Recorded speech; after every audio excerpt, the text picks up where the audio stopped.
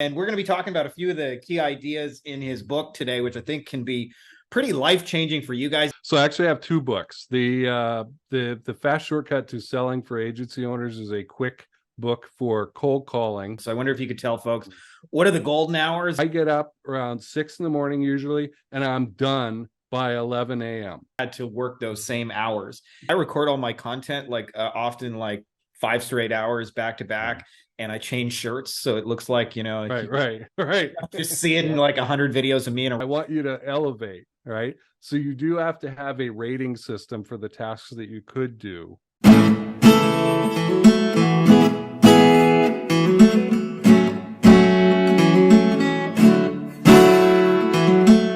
All right, you beautiful motherfuckers. Look at this fucker here. That was the quote right before we just hit record.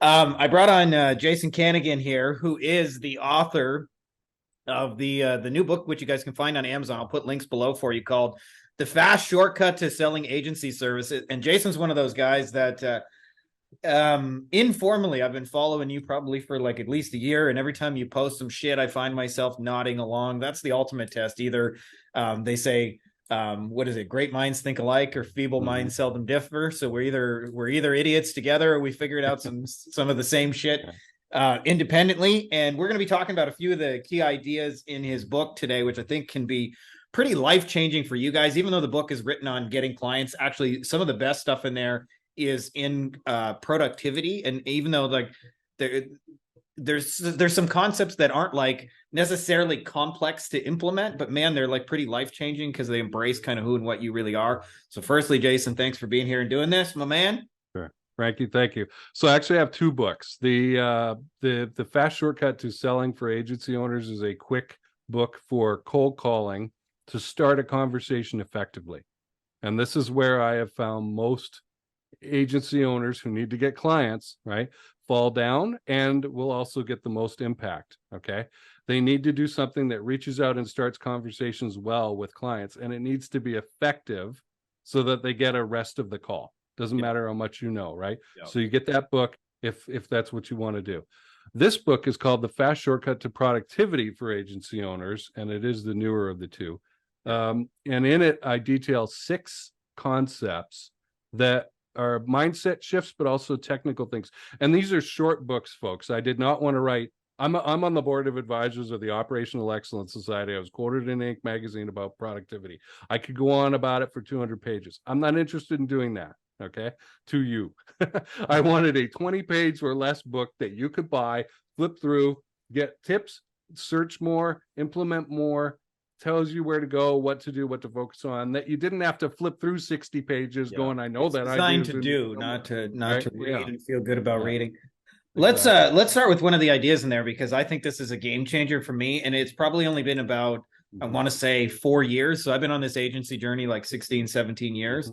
And only 4 of those have described what you kind of call as the golden hours. So I wonder if you could tell folks, what are the golden hours, and kind of like why it matters, and what kind of impact it has when you actually embrace your own kind of golden hours. Yeah. So the chief problem I see with people and their calendars is they're at the mercy of the calendar, right? And they lie to themselves saying they have no control over it. It's just stuff coming at them, and it gets on my calendar, and oh no, and I'm trying to follow my calendar and do what it says to do at this time. Well, you actually have rhythms and preferences and energy levels that rise and fall during the day. And if you watch your calendar for like 2 weeks or a month or something, and then kind of audit it, and you can get somebody to help you on this as well, and go back and look and go, wait, there's different kinds of work here. How did I feel during the time of day that I was doing that? For example, I get up around 6 in the morning usually, and I'm done by 11 a.m. All my grunt work, right? Because I am amazing at that stuff. Moving the ball down the field, project management, kicking people in the ass, sending emails, writing blog posts, stuff like that, grunt type work, right? And then that frees me up to do some sales calls in the afternoon. I'm pretty good at that. I don't want to do too many sales calls in the morning because I'm too hyped up, right?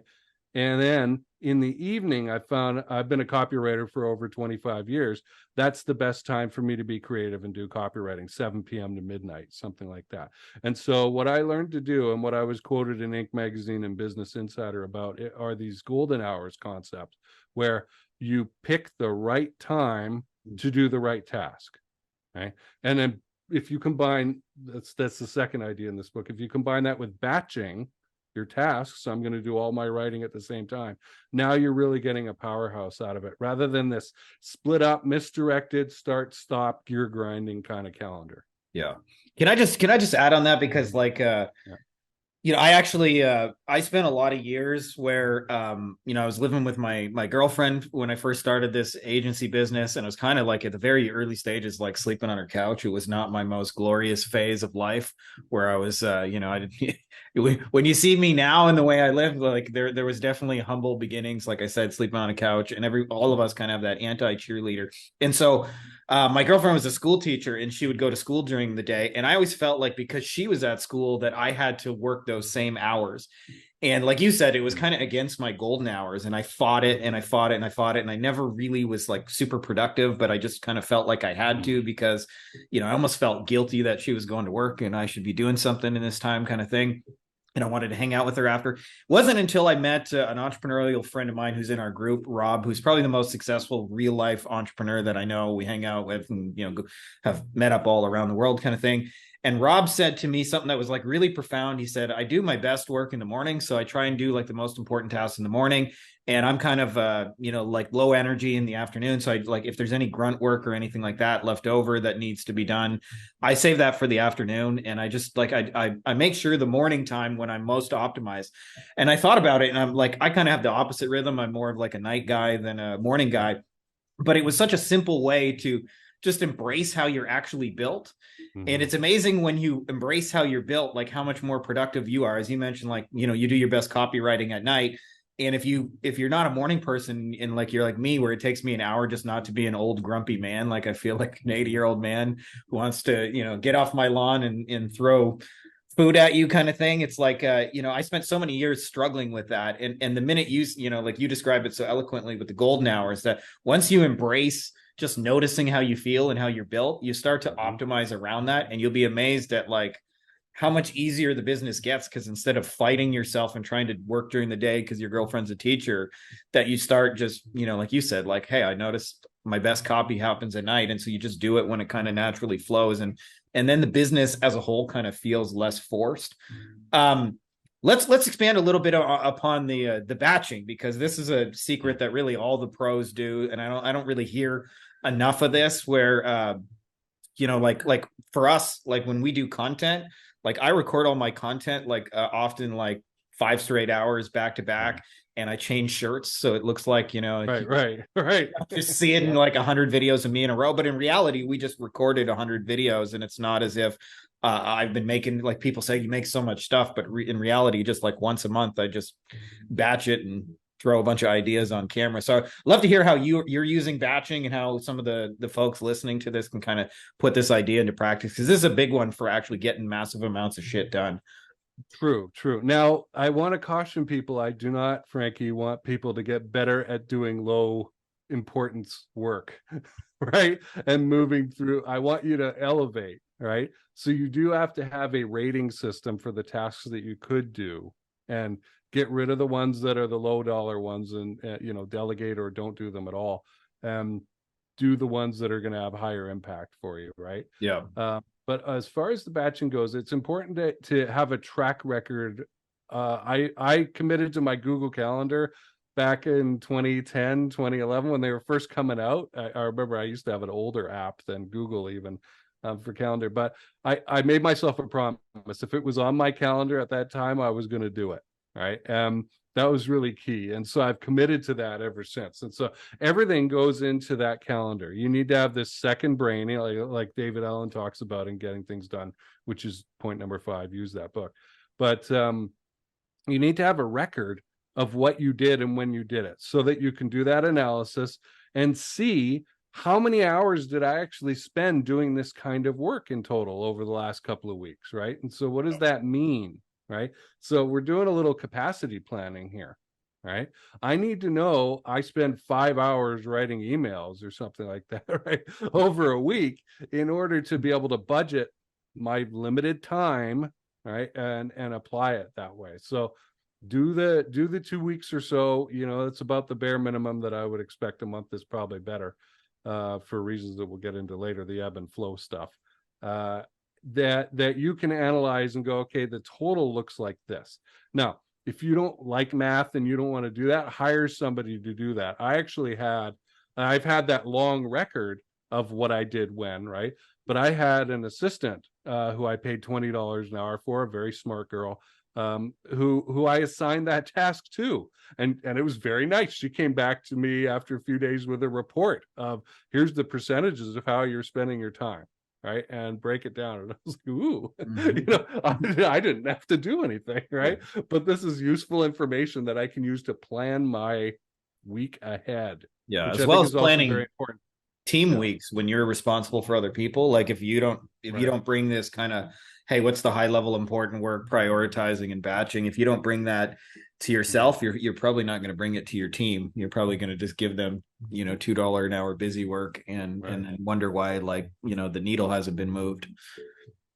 I mean, we go back, Frankie, to the how you do one thing is how you do everything, right? Yeah. That quote is very, very true. And so planning And I ahead. can actually just tell a little story on that. I was at a lawyer conference once, and the headline speaker was Joe Namath, the famous football quarterback. And he was kind of like, for those of you guys who are younger, he was like Tom Brady before Tom Brady, where he won a bunch of Super Bowls and was, a legend for the 49ers. And obviously a few more people were interested in hearing him, sorry, I meant Joe Montana. I said Joe Namath, but Joe Montana. Joe Montana was the headlines speaker. And anyways, they asked him, they said, like, there was all this pressure for the Super Bowl, and like, how did you, like, kind of amp yourself up? And he said, well, in my head, in my imagination, I practiced the Super Bowl every single time we went out there. Like, I imagine the crowds, I imagine the media, I imagine the pressure, I imagine the big moments. So when it actually came Super Bowl, like, I'd already rehearsed that like 12,000 times in my head. So it was actually the most natural thing in the world for all of a sudden there to be, 100 million people watching and commercials. And he said the magic line that you just said, which is I found the way you do one thing is the way you do everything. He said, if I suddenly tried to turn on the Super Bowl the week of the Super Bowl and not during practice, I wouldn't have been ready. But he was like, I've been doing it all along. So it was like, it was the most natural thing in the world to actually step into what I had been practicing, a million times over. Yeah. Yeah. No, agreed. And I cannot hear Joe Namath without thinking of the Simpsons episode with the vapor lock. Yes. That's a good episode. Weird. Outside references. Yeah. That is my life. References. Well, if you want to drop Simpsons references, we're always down around here. Yeah. Oh, good. So what else? Well, how else can we help people, impact people? I actually wanted to pick your brain a little bit on the kind of blocking time, because this is a thing that kind of happens. And some of the topics you're talking about here in productivity are things that get discussed in masterminds. And these are kind of things like the people who've been around kind of intuitively get, but I don't think people, like even I want to say my first 5 years, I didn't get any of this stuff. Like you mentioned the calendar. My first 5 years, and I'm sure you can probably relate, was entirely reactive, meaning like if a client asked for a meeting, they got it, right? And it's switched to now, like if we do any client communication, it's all batch. Like I'm just rapid fire, like messaging like the entire roster start to finish, and people go, oh, you're so good at keeping relationships, but they don't understand that like I actually scheduled 2 hours and like rapid fire went through them all and gave every single person that we're working with an update and like did them one after another. And I do a lot of what I call my drive-by voice notes for teams and staff and things like that. And it looks like you spent hours and hours and hours and hours keeping on top of relationships. But in my calendar, that might have been just 60 minutes of rapid fire, like 60 messages one at a time. So I wonder if you could just talk a little bit about how you schedule and plan and think about time and how you kind of guard that, because I think that's an important thing, is that like when you have copywriting time, as you mentioned, like you can't just open that up to like, oh, anybody can schedule a meeting at that time. Like you have to be willing to say no. And I don't think enough people understand the importance of saying no. Yeah. That's definitely in my point number 4. And these 6 points or topic areas in the book came out of like 15 plus years of experience, right? Yeah. Doing this stuff and noticing like, hey, this is really important. So one of the things that I'm going to refer people to, if you Google maker schedule, manager schedule, you'll come up with a blog post from I think it's Paul Allen from 2009 or something like that. And that may seem a while ago, but it's relevant, timeless. It's timeless. He's one of the Y Combinator sort of business hatchery founders. And he found out that there was a difference in the types of tasks and scheduling that makers do and managers do. And so a maker is like an artist, a craftsman, a coder, right? A painter, writer, right? Somebody who needs large blocks of time that they are scheduling for deep work. Okay. And if you're a Cal Newport fan, you'll know, and you'll hear more about that in the book. Looks like I stuck there for a minute, but what deep work is you need focus. And so what they found was, for people doing this kind of deep work, this maker work, is if there was even the possibility that you might get interrupted, you wouldn't even start. Yeah. And it takes these guys like 2, 3, 4 hours just to get into whatever they're doing, right? So, if you're like, hey, yeah, I'm going to split up your morning with a meeting, 2 hours, meeting 2 hours, they're not doing coding, right? And so, and you need to be aware of that. On the other side is the manager's schedule, which is the schedule of command. It's the schedule of what we're doing right now. Hey, I got an open slot. Let's plop that activity in there. It's easy to meet somebody for a coffee, right? If you do that, if you impose that on a maker, you just ruin their day. and this is like, it's not it's funny, but it's not really a joke, right? Like, you just damage the organization. And so and I think we all have aspects of both, I would say. And I definitely have my maker moments where, like, if I'm writing a book, I can't have anything else on the calendar other than like book writing. Even just like my kids going, Daddy, I'm hungry, like that. That's it, like book writing. Just get a pizza. But so what I found, 2017, 2018, I was running an agency with Jeremy Pope, a mutual guy we know. And we found, I was looking for ways to increase operational tempo because I needed to keep up with him. He moves and acts and thinks faster than me, which is saying something. And so I find out about that Paul Graham post, and I'm like, hey, we need to start taking a maker day each, not the same day. Mom and dad cannot be off from the business in the same day, right? But each of us needs to take a maker day so that we can focus on just making stuff. And this is what I have done ever since. It was Wednesday for a long time. Right now it's Fridays. I don't allow people to book things on Fridays on my calendar. Unless there's a good reason for it, or I have an opening, or I feel like it. But I know that's my deep work day. That's what I'm going to do. So that is all to say, this is what you need to keep in mind if you want to actually accomplish something, right? I've got my friend Paul Rolkins, a Dutch high performance culture expert. He has a concept that he has a TED talk on called strategic quitting. And that means dropping things out of your life that are not that important or not that impactful. You may, kind of want to do them or whatever, but if you're not doing them after a while, it's not that important to you, drop it, so that the few critical things remain that are going to advance the plot. Right. And so if you're wondering, like, damn, I never get to create anything, right? I never get to do anything. This is why you aren't blocking time for it. So you must take. And can I just add that, at least for me personally, the biggest obstacle to that is client requests on your time, especially what we'd, hey, can you call me, blah, blah, blah. And one of the things is, like, you just have to learn to say, like, hey, I'm busy on Friday or Wednesday or whatever your day is, can't do it then. And you'll be amazed. They're like totally fine with it. Like, they don't go, well, God damn it, I need to talk to you on Friday, right? Like, and if they are like that demanding, you probably might want to fire them as a client anyway. Right. But you have to be willing to say, like, no, that's blocked out time, even though that time is just for you to figure some stuff out, and that you could take a call. Don't feel guilty. Don't feel guilty. And I'm in so many Slack ecosystems with clients and stuff like that, right? And Friday morning comes up and yeah, boop, boop, boop, boop, boop, right? All these alerts on Slack. Oh my gosh, right? And I have had to learn to not feel guilty and to turn Slack off and not worry about it. And I have the conversation, right? Set the expectations up front. Hey, I'm not going to be available Fridays, right? If there is a real emergency, you can text me, right?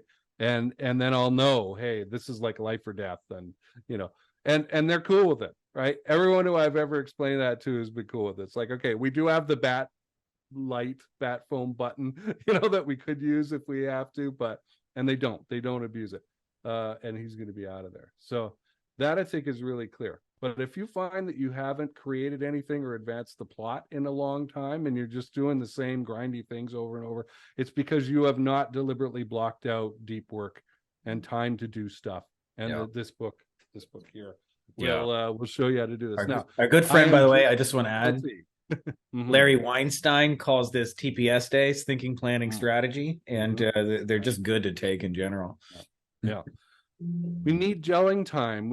And there's a difference between deep work, which is purposeful and project-based, and just that gelling thinking time where I'm going to rest, recover, and let an idea pop into my head. Yeah. But I'll tell you, Frankie, I wanted to update my website for a year once, 2020 through 2021. And you know when I got to do it finally? Thanksgiving 2021. I had a 4-day period where I was divorced. I didn't have a girlfriend. I wasn't doing anything, right? And so I was finally able to do the deep work on those days. But so that's like a reminder that if you let it go, the deep work go until I have time to do it, it's going to be once a year or twice a year, right? Christmas break or something like that, right? Terrible. Don't do it, right? You have to change the way you're doing business as you go. You must evolve, or else you're going to find you lack the ability to stay relevant and stay, and I'll tell you, for at least for me personally, the having incorporated what you described for probably a good 5-6 years now is what I find is a lot of times is when you give yourself that space to do maker time, or to the also the gelling time, is you start asking better questions. And when you come up with better questions, you have better answers. Like a lot of times, the question you're asking actually is the very thing that keeps you stuck. And, like, for example, one of the questions I often ask myself now is like, who can just take this miserable work off my plate, and who would love to be able to handle this shit? And you'd be amazed at how many things you can kind of sort of offload to people who that's in their wheelhouse and that's in their skill set.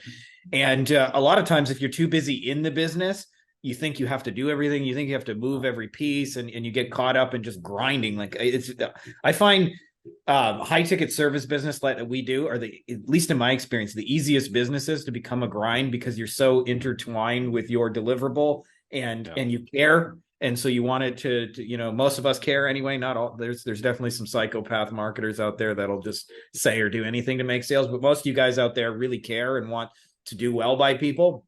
And so what happens is, if you don't intentionally take the time, as Jason's describing, it's so easy just to spend a year grinding and not have any time to actually work on the business. But it's also on you, because you haven't actually intentionally made time to work on the business and said, no employees, no distractions, no clients, no meetings, no anything. I'm going to finally write that book. I'm going to finally update the website. I'm going to figure out a better way to run our Facebook ads, or whatever it is that you need to work on. Yeah. It's scary how long you can kick the ball down the field, right? Towards the future, right? Punt it, right? And I'll take care of it. Can I also add just as well that it's often, at least for me, and I'm not saying it's true of everybody, but it's uncomfortable because at first, like most of entrepreneurship, the first hour, you're like, I don't know what to do. You're just sitting there bored, and there's a temptation to want to take on a distraction and go, well, I'll just check my phone 6 more times. I'll check my email and see if there's any emails to respond to. And all of those temptations are there. And you have to learn to just be okay and sit in the boredom and allow it kind of to slowly unfold, because you usually don't automatically just know in the first 5 minutes the 10 things that are going to move your business forward in the next year. You got to sit with them, you got to gel with them, you got to figure those out. Like you said, you got to give them time to marinate a little bit. It's very rarely that you just sit down and it's go, and then you're kind of off to the races. At least for me, I'm not saying how it is for everybody. Yeah, I think that's very true. maybe if you're an ENTJ in the Myers-Briggs types, you might have that crazy plan. But most of us need to sit there, have large blocks of unassigned time for synthesis. That's point number 6 here in the book. And also include maker time or deep work time, but those are 2 different things. So yeah, I guess one big takeaway I wish people would have, Frankie, is that, and I see this with executive clients too, like corporate clients. They come to me and they're like, oh, my calendar's out of control. I'm a victim of it. I don't know if I can ever get it. If I could just catch up on the work that I have, I'd have this kind of breather and be able to figure out what to do next. I'm like, no, you are so wrong about that. The work never ends. If you finish that work, more work will arise. Yeah. Okay. And so your most powerful function is to go back to the strategic quitting of the Paul Wilkins thing, right? Again, I talk about this in the book. Cut out the rest, figure out what's going to do the best impact for you and focus on that, right? And realize you as the human being, as the leader, your best last hope is to choose the best work. Right, for you, and then figure out what you were doing. Jeremy Pope brought this book up, Who Not How, a few years ago for me, and it changed my life too. Because the right who, they just know how to do it. Right, you're sitting there like, I don't know, I got to make a list and a mind map and a flow chart, and I don't know what to put in there, and they're just like, oh yeah, you just wave the magic wand or snap your fingers like Q from Star Trek and off you go. Right? And they did it, and you're like, okay, and it was cheaper than me doing it, right? So let them do that. So so focusing and realizing the work is never complete. If you allow more work to advance upon you, it will. Right. And so that's it. I'm machine gunning this whole area. It's dead to me. I'm not going to do it. Right. And I'm going to focus on these things. Right.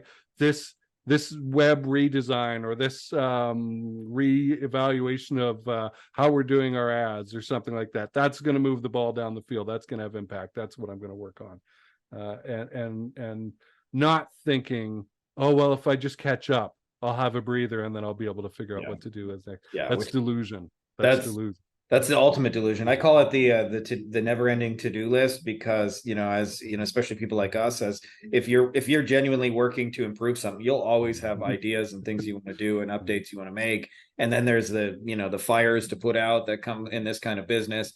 And I read a book by Tracy Goss called The Last Word on Power, and she said, if you look at your life right now, chances are that you're really happy with some things, and then there's some things you're unsatisfied and you wish you could improve or make better. And she said, there's a tendency to think at some future point you will arrive and everything will magically be how you want. But in reality, it's going to be exactly like it is now, where there's going to be some things you're really happy and you feel accomplished with, and there's going to be a whole bunch of other things that you wish you could improve and you're unsatisfied with, and striving for that. And she says, when you recognize that, like you said, like the byproduct of that is you don't think once the to-do list is finished, then I'll be happy, then I can have some time and blah, blah, blah. And you start to realize, like, even later, there's going to be more shit to do. And like you said, more work will fall. And this is just a function of business. I see this where, like, one problem solved creates another. I see this with beginner agency. They're just trying to get clients, so they have to figure out prospecting and leads and sales calls. And eventually, as soon as you figure that out, you have all delivery problems. And then once you figure out delivery problems, then you eventually graduate into hiring problems. And then eventually you graduate into management problems. And you can take it all the way to like a franchising model if you want. And then you'll have franchising kind of problems. But there's never a point where the doors just close and, business is this magic unicorn free of problems. It's more about, like you said, recognizing that people have it totally backwards, where they say, like, once I'm all caught up, then I'll make time for this. And the reality is, like, once you make time for it, the ironic thing is often too, is you actually catch up faster when you make time for it, because, like, I don't know how you are, but a lot of times once I can get stuff like really clear in my head and have time to sort out what's important and what can be like kind of offloaded, is often I can do most of my work in under an hour. Where it's like, but it'll often take me 3-4 hours of planning in my head to figure out who's going to do this, how do I say that, blah, blah, blah, where do I need to send this, who's going to take care of that. And then the ironic thing is you actually get closer to the to-do list being finished more when you're strategic about it to begin with. Because what happens is if you're reactive to it, you treat it like it's all equally important. And 80-20 says, like, at least 80% of that shit on that list is not really doing anything. Mm-hmm. Yeah, Frankie. And I go by that 80-20 rule. I was taught that in college in 1994 in the operations management program that I was in. And I want folks to think about that in terms of your life. A small number of decisions that you have made have resulted in the great majority of the day-to-day experience that you have, right? And so that could be, your education, where you choose to live, that kind of thing. And money tolerance is a big one that we could go on about how much is a lot of money to you. That will drive, like, I won't live in New York City because the rents are too high for Jason, right? Yeah. The idea of spending $20,000 a month on rent on something that isn't a warehouse or an office building is crazy to me, right? I could get 10 places for that, right, to live and be happy in the country. And so I just won't do it. This book, by the way, was not created in isolation. Josh Nelson's group, he had somebody post in there, anyone here, this is the direct quote, anyone here deal with ADHD and getting shit done? I've been struggling for a while now, overloading on information and ending up not being able to make concrete decisions and building something of value. And I said, oh, here are 6 points, right? I know how to help you, right? Yeah. And I posted, and that's what I do. I do long form content usually, right? That was the core of this book. And everybody loved it. It got a whole bunch of likes and thanks and stuff like that. And then I went back to it a month or two later and went, okay, I'm going to make this the core of a short book here, because it is clearly meeting a need. I didn't create this in isolation, right? Yeah. It is a document that meets a need for people in that situation. But even if you're not overwhelmed, this will help you be more effective, this book. Yeah. And I refer back to it. The one review that I've got for it so far, the guy says I'm going to keep reading it week after week to remind myself, and I think that's important. Ongoing reinforcement of technique, whether it's sales training or productivity training in this case, or effectiveness training, you need to see it again and again and again. You can't just read it once. And fortunately, it's a short book, so you can read it in half an hour or something like that. Well, cool. Yeah. We'll put some links for our folks. We appreciate you coming here and doing this. Obviously, not only make sure to buy it, but make sure to leave this man a review, because he's shared some gold today. A lot of the stuff that he shared, by the way, it took me 10 years and just kind of like, you hear a lot of times when you go into masterminds, you meet the most successful person, you kind of study their habits, and then you find out they're doing this stuff. But this is stuff that's not really talked about, is like, how do you actually work when nobody's looking, when there's no one around? Like, how do you actually structure it, and building a machine that, Jason is describing, where it's built around you and your natural rhythms. It's designed to get a lot of stuff created of value, but not to spend an obscene amount of time doing it. And to really just, like, frankly, get shit done, get it out the door, because we see this all the time, as you mentioned, where people consume a lot of ideas, but then have a hard time, like actually taking it to the real world. And this is like, 16, 17 years, as you mentioned, of like putting stuff in the real world. So I'll put some links below. Appreciate you, brother. And I guess that's it. Let's say goodbye. All right. Thank you, Frankie. Appreciate the chance to talk to these folks. Hey guys, if you like this video, you'll probably also like our free Facebook group, Beyond Agency Profits, Agency Lifestyle Design. You can get free copies of the book inside here. I look ridiculous. We're doing weekly Q&As, giving answers to all your questions. Some of the best, smartest, brightest people. We've got lots of industry leaders doing 7, 8 figures and beyond. It's a literal who's who of the brightest agency owners that I know, as well as lots of tips on scaling and stuff, books that work. So if you're not already part of it, you're going to want to be part of it. So make sure to click the link. I put it in the description of the video, as well as in the pinned top comment below. So just scroll down and you can join, and it's totally free.